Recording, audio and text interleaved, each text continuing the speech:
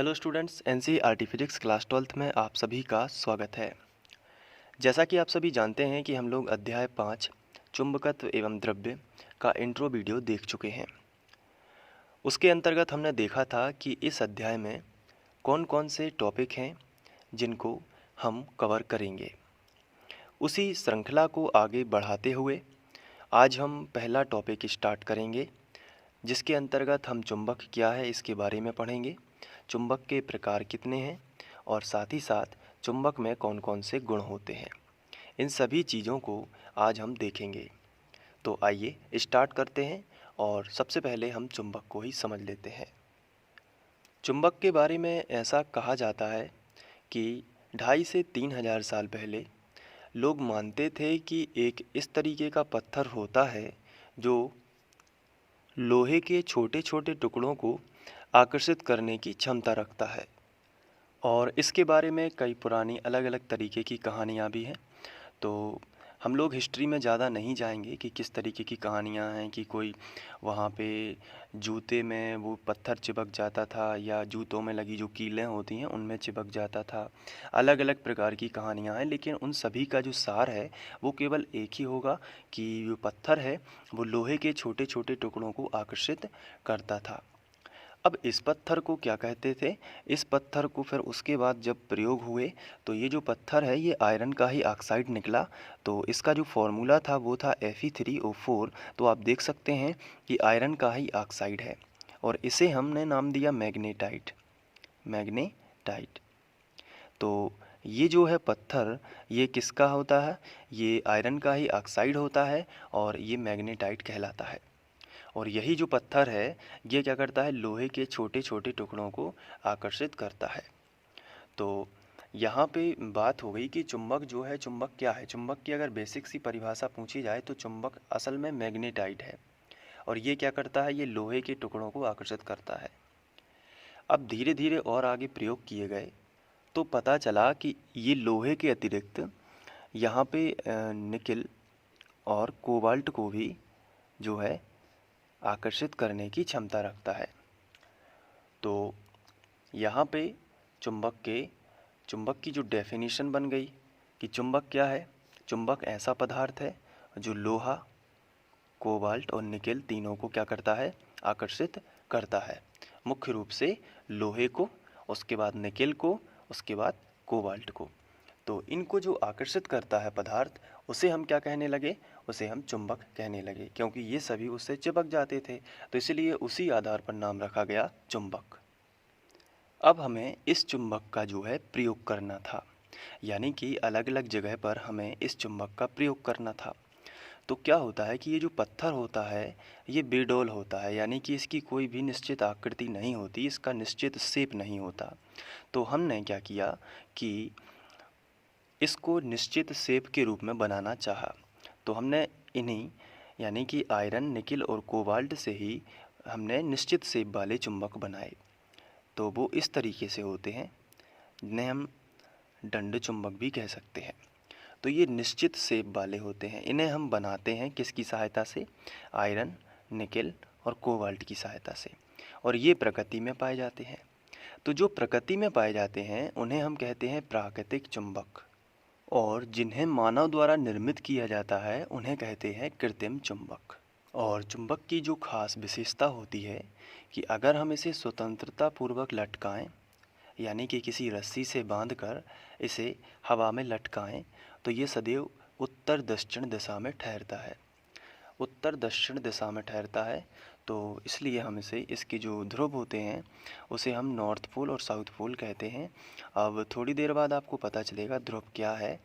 असल में होता क्या है कि जैसे किसी भी चुंबक को, जैसे कृत्रिम चुंबक को हम किसी लोहे के बुरादे वाले बॉक्स में, जैसे लोहे के जहाँ पे छोटे छोटे टुकड़े होते हैं, बहुत ही बारीक टुकड़े हैं, जैसे ये एक पात्र है, इस पात्र में लोहे के बहुत ही बारीक टुकड़े भरे हुए हैं, बहुत ही छोटे छोटे। तो इसलिए हम उसे लोहे का बुरादा कहते हैं। जैसे आपने लकड़ी का बुरादा देखा होगा ना, उसी तरीके से।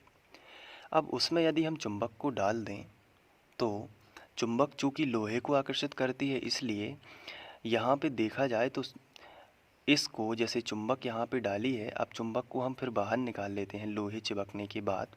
तो बाहर निकालते हैं तो यहाँ पे देखा गया है कि सबसे ज़्यादा जो लोहे के टुकड़े हैं वो इन दोनों सिरों पर ही चिपकते हैं और बीच में बहुत कम चिपकते हैं। इससे हमें मालूम होता है कि चुंबक के सिरों पर यहाँ पे और यहाँ पे सबसे ज़्यादा ताकत होती है और इन्हीं सिरों को हम क्या कहते हैं, ध्रुव। अब यदि इस चुंबक को ही हम स्वतंत्रतापूर्वक किसी रस्सी से लटका दें तो ये जो होते हैं ये उत्तर दक्षिण दिशा में, जैसे इस तरफ उत्तर है या इस तरफ उत्तर है, इस तरफ दक्षिण है, तो ये वाला जो ध्रुव होगा इसे हम नॉर्थ पोल यानी कि उत्तरी ध्रुव कहेंगे, क्योंकि ये उत्तर की तरफ रुका है, और ये वाला दक्षिण की तरफ रुकेगा तो इसे हम दक्षिणी ध्रुव कहेंगे। तो इससे हमें पता हो जाता है कि कौन सा ध्रुव उत्तरी है और कौन सा ध्रुव दक्षिणी है, बस सिंपल सा प्रयोग करके। इसे हम क्या करते हैं, इसे स्वतंत्रता पूर्वक लटका देते हैं तो ये अपने आप ही उत्तर दक्षिण दिशा में ठहरता है। तो याद रखिए चुंबक की ताकत, इसलिए इसे हम बेडौल कहते हैं। क्यों? क्योंकि इसमें हमें पता ही नहीं चलता कि कहाँ पे सिरा है इसका, कहाँ पे ध्रुव है। यहाँ भी हो सकता है, यहाँ भी हो सकता है, यहाँ भी सिरा हो सकता है, यहाँ भी। इसलिए प्रयोगों के लिए हम इस तरीके की दंड चुंबक बनाते हैं। इसमें क्या होता है, निश्चित हमें पता चल जाता है कि एक सिरा ये है और एक सिरा ये है, और इन सिरे को हम क्या कहते हैं, इन सिरे को ही हम ध्रुव कहते हैं, और ध्रुव पर सबसे ज़्यादा ताकत होती है। और अगर हम इसे स्वतंत्रता पूर्वक लटका देंगे तो जो सिरा उत्तर की ओर मतलब आएगा तो उसे हम उत्तरी ध्रुव कहेंगे, और जो सिरा दक्षिण की ओर आएगा उसे हम दक्षिणी ध्रुव कहेंगे। तो इस तरीके से हम चुंबक के बारे में नॉर्मल जनरल नॉलेज इकट्ठा कर सकते हैं। और प्रयोग के लिए जो है ये दंड चुंबक यानी कि कृत्रिम चुंबक का ही इस्तेमाल किया जाता है। अब कृत्रिम चुंबक कैसे बनाते हैं, आइए उस पर थोड़ा सा गौर करते हैं। तो कृत्रिम चुंबक बेसिकली दो प्रकार का होता है, पहला स्थायी चुंबक और दूसरा अस्थायी चुंबक। तो जैसे कि इनके नाम हैं, स्थायी चुंबक यानी कि एक बार बन गया तो बन गया, इसका चुंबकत्व जल्दी समाप्त नहीं होता। और अस्थायी का मतलब क्या होता है कि थोड़ी देर के लिए तो चुंबक बनाया जा सकता है लेकिन फिर उसका चुंबकत्व समाप्त हो जाता है। तो देख लेते हैं कि कैसे हम स्थायी चुंबक बनाते हैं और अस्थायी। अभी तक हमने क्या पढ़ा, अभी तक हमने देखा है कि चुंबक जो है वो कितने प्रकार का हो सकता है, दो प्रकार का। प्राकृतिक चुंबक जो प्रकृति में पाया जाता है वही बेडोल पत्थर, और कृत्रिम चुंबक जो हम प्रयोगों के लिए बनाते हैं। ठीक है, अब प्रयोगों के लिए हम बनाते तो हैं लेकिन वो जो बना हुआ चुंबक होता है वो भी दो प्रकार का होता है, यानी कि कृत्रिम चुंबक दो प्रकार से हो सकता है। पहला स्थायी चुंबक, यानी कि अगर हमने चुंबक बनाया तो उसका चुंबकत्व शीघ्र समाप्त नहीं होगा। और एक होता है अस्थायी चुंबक, यानी कि हम उसको बनाते तो हैं लेकिन उसका जो चुंबकत्व होता है यानी कि आकर्षण करने की जो क्षमता होती है वो बहुत ही कम समय के लिए होती है। तो देख लेते हैं कि स्थायी चुंबक क्या है। स्थायी चुंबक को हम बनाते हैं वही जो मैंने आपको पहले बताया, लोहा, कोबाल्ट और निकेल, इन तीनों के माध्यम से ही हम जो चुंबक बनाते हैं वो वह स्थायी चुंबक होता है। इस तरीके से बन जाता है। यहाँ पे जो पोल होते हैं, मैं ध्रुव को पोल कहूँगा क्योंकि जो टेक्निकल भाषा है वो ध्रुव की पोल ही है। तो पोल को इंग्लिश में ध्रुव को इंग्लिश में पोल कहते हैं। तो यहाँ पे हो जाएगा, ये दोनों उसके ध्रुव होंगे यानी कि पोल होंगे। अब जो है चुंबक के, कृत्रिम चुंबक के अंतर्गत जो स्थायी चुंबक है वो किससे बनाई जाती है, लोहा, कोबाल्ट और निकेल, इससे बनाई जाती है। तो ये बन गई एक बार तो इसका चुंबकत्व शीघ्र समाप्त नहीं होता। और इसमें कभी कभी स्टील का भी इस्तेमाल किया जाता है, किसको बनाने के लिए, स्थायी चुंबक को बनाने के लिए। अब हम बात करते हैं अस्थायी चुंबक की। तो ये तो आप पढ़ चुके हैं। अब आप सोच रहे होंगे कि हमने इसे कहाँ पढ़ लिया है। तो देखिए, आप में से कुछ बच्चे इसका आंसर जानते भी होंगे जिन्होंने ध्यान से पढ़ाई की होगी कि अस्थायी चुंबक को हम ऐसे बनाते थे कि मुलायम लोहे की पटलित क्रूड पर तांबे के तारों को लपेट देते थे, है ना, और तांबे के तारों को लपेट कर उसमें से विद्युत धारा प्रवाहित करते थे। तो जब किसी चालक तार में धारा प्रवाहित होती है तो उसके चारों ओर क्या उत्पन्न होने लगता है, चुंबकीय क्षेत्र। तो बन जाता था ना चुंबकीय क्षेत्र, और जहाँ पे चुंबकीय क्षेत्र बनेगा वहाँ पे दूसरे पदार्थों को आकर्षित करने की क्षमता आएगी कि नहीं, तो वही कहलाता है अस्थायी चुंबक। अस्थायी क्यों है, क्योंकि जब तक हम इसमें धारा प्रवाहित करते रहेंगे तब तक चुंबकीय क्षेत्र बना रहेगा, और जैसे ही धारा प्रवाहित करना बंद कर देंगे, चुंबकीय क्षेत्र भी समाप्त हो जाएगा। इसलिए हम इसे अस्थायी चुंबक कहेंगे, क्योंकि थोड़े समय के लिए है। कब तक के लिए है? जब तक धारा प्रवाहित करोगे तब तक चुंबकीय क्षेत्र रहेगा, और तब तक चुंबकीय क्षेत्र रहेगा तो तभी तक हम प्रयोग कर सकते हैं ना। ऐसा तो है नहीं कि हमने लोहा, कोबाल्ट, निकल या स्टील की सहायता से चुंबक बनाई तो अब वो चुंबक बन गई, तो वो तो उसका चुंबकत्व तो समाप्त नहीं हुआ। अब तो वो चुंबक बन गई, उसे हम कहीं भी ले जा सकते हैं। लेकिन ये जो चुंबक है, इसमें धारा प्रवाहित होगी तभी तक इसमें चुंबकत्व का गुण होगा, और धारा समाप्त करेंगे तो क्षेत्र भी समाप्त हो जाएगा। कौन सा? चुंबकीय क्षेत्र। तो जिससे क्या होगा? चुंबकत्व का गुण भी समाप्त हो जाएगा। तो ये है कृत्रिम चुंबक। तो कृत्रिम चुंबक यानी कि जिसे हम बनाते हैं। क्यों बनाते हैं? क्योंकि जो प्राकृतिक चुंबक होती है वो असल में बेडौल होती है, उसके सिरे जो होते हैं हमें मालूम नहीं होते कि कहाँ पे हैं। तो हम उसको क्या करते हैं, प्राकृतिक चुंबक जो है उसकी जगह पर कृत्रिम चुंबक बनाते हैं। तो उसके लिए कृत्रिम चुंबक जो होती है वो दो प्रकार से होती है। या तो हम उसे स्थायी के रूप में भी बना सकते हैं या अस्थायी के रूप में भी बना सकते हैं। स्थायी चुंबक बनाने के लिए हमें किसकी हेल्प लेते हैं? लोहा, कोबाल्ट, निकेल, स्टील, इन सब मतलब इनको निश्चित अनुपात में मिलाते हैं। आपने मिश्र धातुएं तो पढ़ी होंगी, तो आपने उसमें देखा होगा कि जैसे कृत्रिम चुंबक बनाने में इसका उपयोग होता है और केमिस्ट्री में होता है ये। तो वहाँ पे इन सबको हम निश्चित अनुपात में मिलाते हैं तो एक चुंबक बन जाती है। चूँकि हमने बनाई है इसलिए हम इसे कृत्रिम चुंबक कह देते हैं। इसके बाद आता है अस्थायी चुंबक। अस्थायी चुंबक ऐसी चुंबक होती है जिसमें हम थोड़े समय के लिए चुंबकत्व जगा सकते हैं। उसके लिए हमें क्या करना होगा? मुलायम लोहे का पटलित क्रोड लेना होगा। ये क्यों लेते हैं? भंवर धाराएं ताकि उत्पन्न ना हो ज़्यादा से ज़्यादा। और इसमें हम क्या करते हैं? तांबे के तारों को लपेट देते हैं और धारा प्रवाहित करते हैं। तो धारा का चुंबकीय प्रभाव के कारण इसके चारों ओर चुंबकीय क्षेत्र उत्पन्न हो जाता है, और चुंबकीय क्षेत्र में कोई भी वस्तु रखेंगे इन तीनों में से तो वो आकर्षित होगी, या कुंडली रखते हैं जैसे बेसिकली तो वो घूमने लगती है फ्लेमिंग के नियम से। ये आपने सब स्टडी किया हुआ है। तो ये है अस्थायी चुंबक। अब हम चुंबक के कुछ जो प्रॉपर्टी होती है, उसके जो गुण होते हैं उनके बारे में चर्चा कर लेते हैं।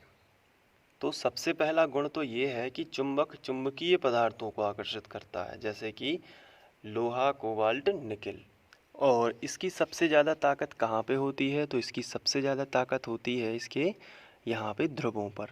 कैसे पता चला? क्योंकि हमने बुरादे वाला एक्सपेरिमेंट किया था जिसमें हमें मालूम हुआ था कि सबसे ज़्यादा जो लोहे के छोटे छोटे टुकड़े हैं उसके सिरों पर चिपकते हैं।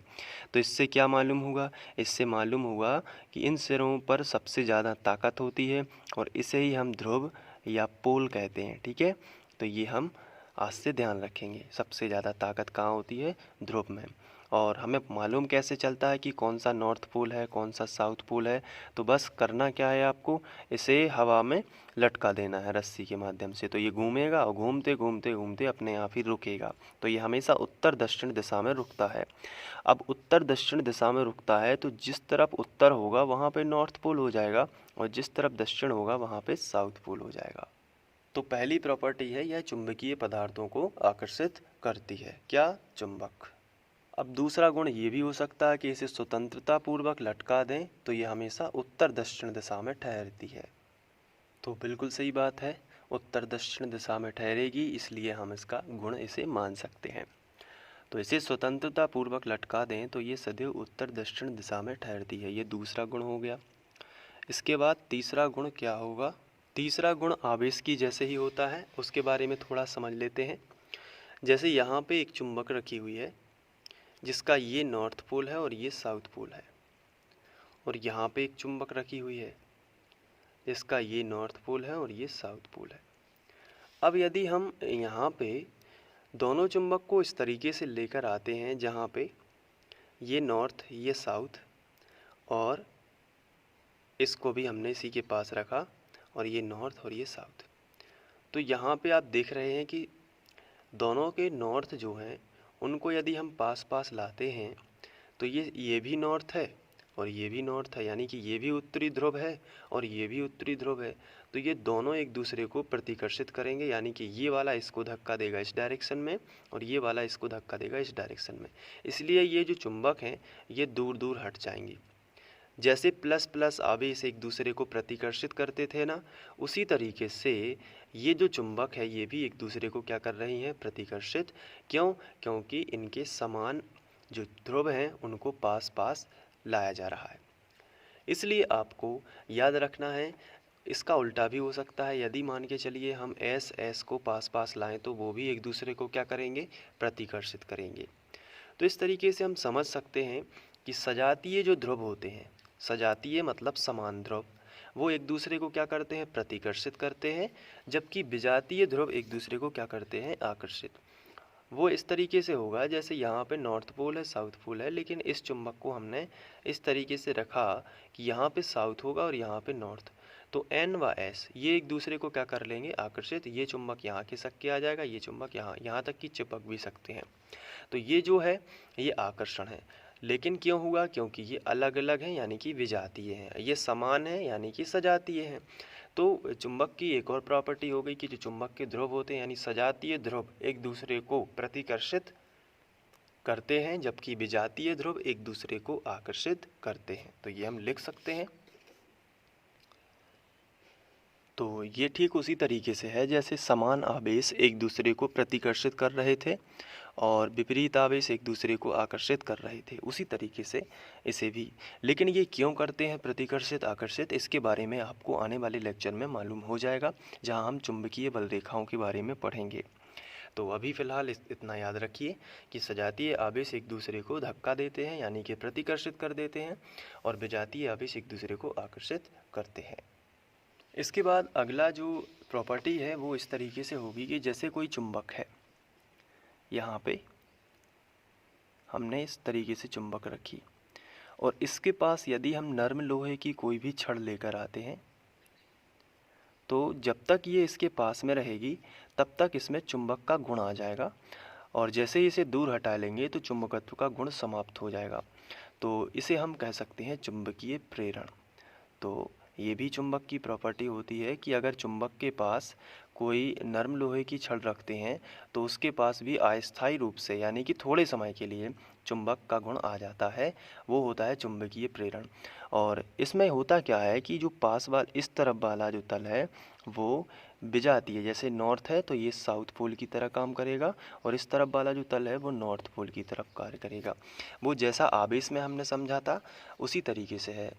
जैसे विद्युत प्रेरण होता है उसी तरीके से चुंबकीय प्रेरण होता है। यहाँ पे सभी चीज़ें जो साउथ लाइन जो होती हैं नॉर्थ से निकलती साउथ पर आती हैं, तो विद्युत बल रेखा जो होती हैं यहाँ पे अट्रैक्ट होती हैं, इसलिए ये वाला तल साउथ बन जाता है। इसको हम चुंबकीय बल रेखा पहले पढ़ना ज़रूरी है तभी ये समझ में आएगा, लेकिन चूँकि प्रॉपर्टी है तो सब चुंबक की सभी चीज़ें जितनी भी हैं वहाँ पर डिस्कस होंगी, तो इसलिए गुण में हमें ये थोड़ा थोड़ा अभी पढ़ने को मिल रहा है। फिर भी आप ही याद रखिए कि चुंबक के पास यदि कोई नर्म लोहे की छड़ रख देंगे तो क्या होगा, नर्म लोहे की छड़ रखने से उसके समीपवर्ती तल पर साउथ के लक्षण आ जाते हैं और दूरवर्ती तल पर नॉर्थ के, इसलिए इसमें चुंबकत्व का जो है गुण आ जाता है। अगर इसे हम हटा लें यहाँ से चुंबकीय क्षेत्र से तो चुंबकत्व भी समाप्त हो जाता है। तो इसे हम लिख सकते हैं यहाँ पे, चुंबक चुंबकीय पदार्थों में प्रेरण द्वारा चुंबकत्व उत्पन्न करता है जो कि अस्थायी होता है यानी कि थोड़े समय के लिए होता है। इसके बाद हम बहुत ही खास पॉइंट की बात करेंगे जो कि सभी बच्चों को मालूम होना चाहिए। वो ये है कि किसी भी एक ध्रुव का कोई भी अस्तित्व नहीं होता। वो कैसे, इसको थोड़ा समझना पड़ेगा। जैसे हमने चुंबक के बारे में पढ़ा है, सबसे ज़्यादा ताकत कहाँ होती है बताइए, चुंबक के सिरों पर होती है। तो जैसे ये नॉर्थ पोल है और ये साउथ पोल है, ये उत्तरी ध्रुव, ये दक्षिणी ध्रुव। तो अब यहाँ पे अगर हम ये सोचें कि कोई चुंबक इस तरीके से हो, छोटी चुंबक हो जिसमें केवल नॉर्थ पोल हो, तो क्या ये संभव है? तो आंसर है नहीं, क्योंकि यदि आप इसको यहाँ से काट दोगे, जैसे आप कहोगे कि हमें नॉर्थ पोल वाला बस चुंबक चाहिए, तो आप यहाँ से इसे काट दोगे तो साउथ पोल चला जाएगा। तो इसका आंसर है नहीं। ये साउथ पोल अब यहाँ आ जाएगा, इसको काटोगे तो यहाँ आ जाएगा, इसको काटोगे तो यहाँ आ जाएगा, क्योंकि एक अकेला ध्रुव संभव है ही नहीं। क्योंकि कितनी भी छोटे से छोटी चुंबक हो उसमें दो पोल रहेंगे ही, नॉर्थ और साउथ। एक हिस्सा नॉर्थ की तरफ होगा, दूसरा हिस्सा साउथ की तरफ। तो इसलिए एक अकेला ध्रुव संभव नहीं है। आपसे ऑब्जेक्टिव टाइप क्वेश्चन में भी कभी कभार पूछ लिया जाता है कि क्या एक अकेला चुंबकीय ध्रुव संभव है, तो आपको लिखना है नहीं। तो आप कितने भी हिस्से कर दीजिए, इसमें चुंबक हमेशा पूर्ण रूप से होता है और पूर्ण चुंबक ही होता है। तो यहाँ पे हम लिख सकते हैं कि एक अकेले चुंबकीय ध्रुव का कोई अस्तित्व नहीं है। ऐसा कभी नहीं होगा कि केवल एक नॉर्थ पोल वाला चुंबक ही हो या फिर साउथ पोल वाला ही चुंबक हो, ऐसा कभी भी नहीं होगा। अगर कहीं लिखा है तो वो गलत होगा। तो इसकी एक और क्वालिटी मिल गई कि एक अकेले चुंबकीय ध्रुव का कोई अस्तित्व नहीं होता। तो आज हमने पढ़ा चुंबक, चुंबक के प्रकार, कृत्रिम होता है और एक होता है कौन सा, कृत्रिम चुंबक जो है वो दो प्रकार का होता है। कौन कौन सा होता है बताइए, स्थायी और अस्थायी। तो उम्मीद है कि आप ये चुंबकीय जो गुण हैं ये नोट्स में नहीं लिखवाए हैं मैंने।